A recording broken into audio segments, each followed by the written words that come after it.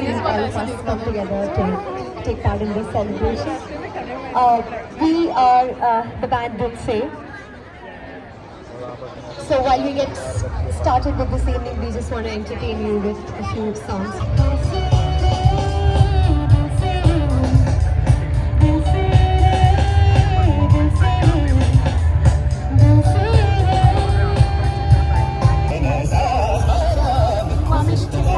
Each and every one of you today to celebrate India's 17th Indian Independence Day.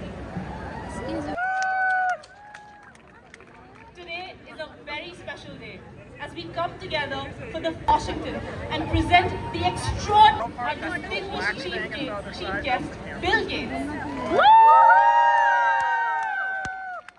Thank you, sir, for taking the time to join us this evening.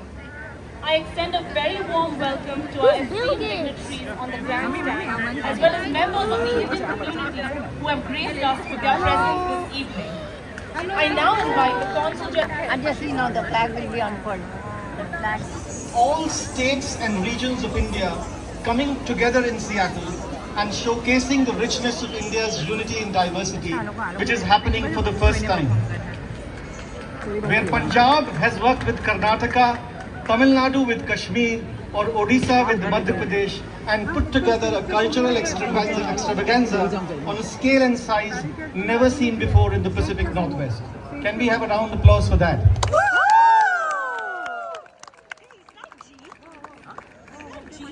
The second reason why today is special is we have never had Mr. Bill Gates to be the guest of honor on an Independence Day celebration in Seattle. Your friendship with India and your vision for global health means a lot to us, and we wish you all success in that endeavor. We promise to offer you today Indian delicacies which are certainly better tasting than the Dick's Burger and the Dolly Chaiwala, whom you made an overnight celebrity. He has also asked us to send you some special chai in the coolers for you to relish. Hope you get to sip the same before you leave. The third, we also have perhaps for the first time one of the finest United States brave soldiers with us today, Lieutenant General Xavier Brunson, Commander of the 1st Corps and JBLM.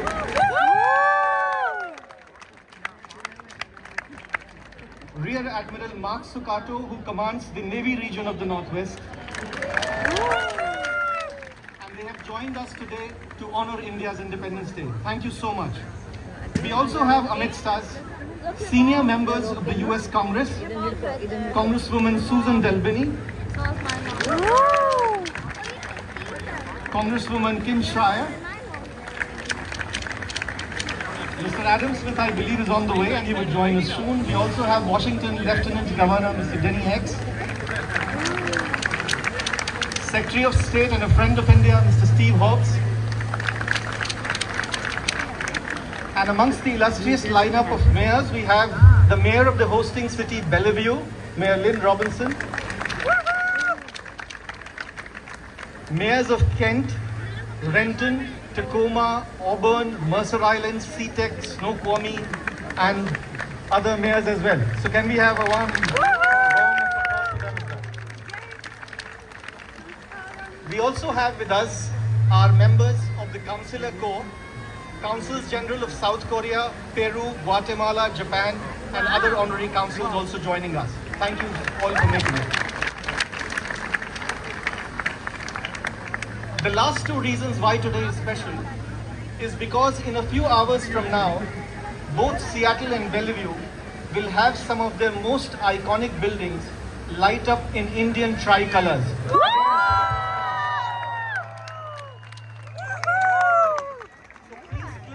After 9 p.m. and remember to post it in honor of India's Independence Day from Seattle. Thank you so much to the city governments for making that happen. Today is also special because perhaps for the first time we have had official proclamations issued by the city of Bellevue, King County, Hillsborough, Wyoming. So a big round of applause for these governments as well.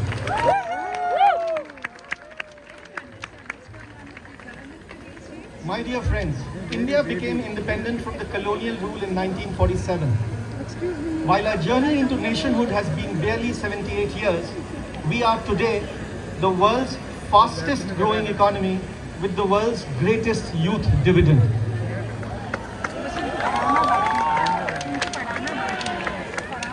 We conducted elections recently with 998 million eligible voters on a scale and size that no country in the world has done before or after.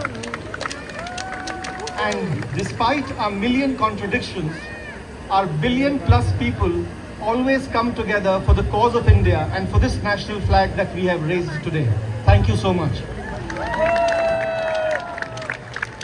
So let's celebrate India Day in Greater Seattle area in a manner that was never done before.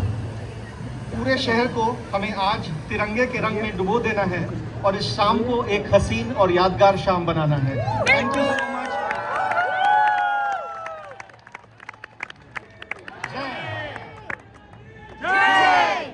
Thank you so much. I now invite our chief guest for the evening, Mr. Bill Gates, to kindly say a few words. Thank you.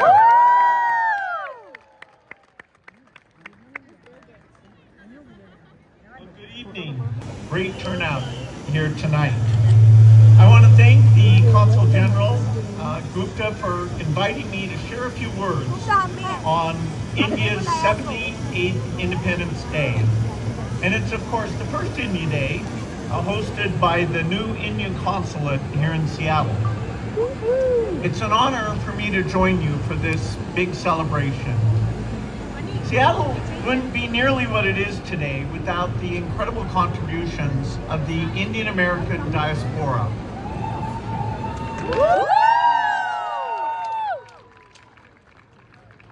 Nor would the entire technology industry or Microsoft or the Gates Foundation. It was back in the 1990s when I first visited India and Microsoft hired some incredible talent from IIT and other great schools to come help us here in the United States. And many of those were the people who went back to India to start our first Indian Development Center in Hyderabad, but now we have development centers in many locations in India. In fact, over 20,000 Microsoft employees doing amazing work there. The contributions from all of these employees has been absolutely incredible. Of course, highlighted that has been the third CEO of Microsoft, Satya Nadella, who's doing such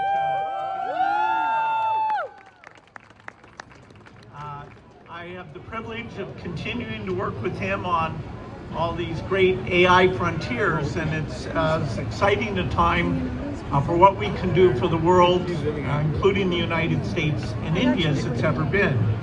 Also, of course, Satya's a cricket fan, like a lot of the people here. Congratulations, India, on winning the T20 Cricket World Cup. Of course, you know, India's impact goes far beyond even technology and cricket and Microsoft. India's progress as a country, as the world's largest democracy, are fantastic for the entire world. And not only does Microsoft have its biggest offices outside the United States and India, in my recent work with the Gates Foundation, India is also the country that we do the most work in.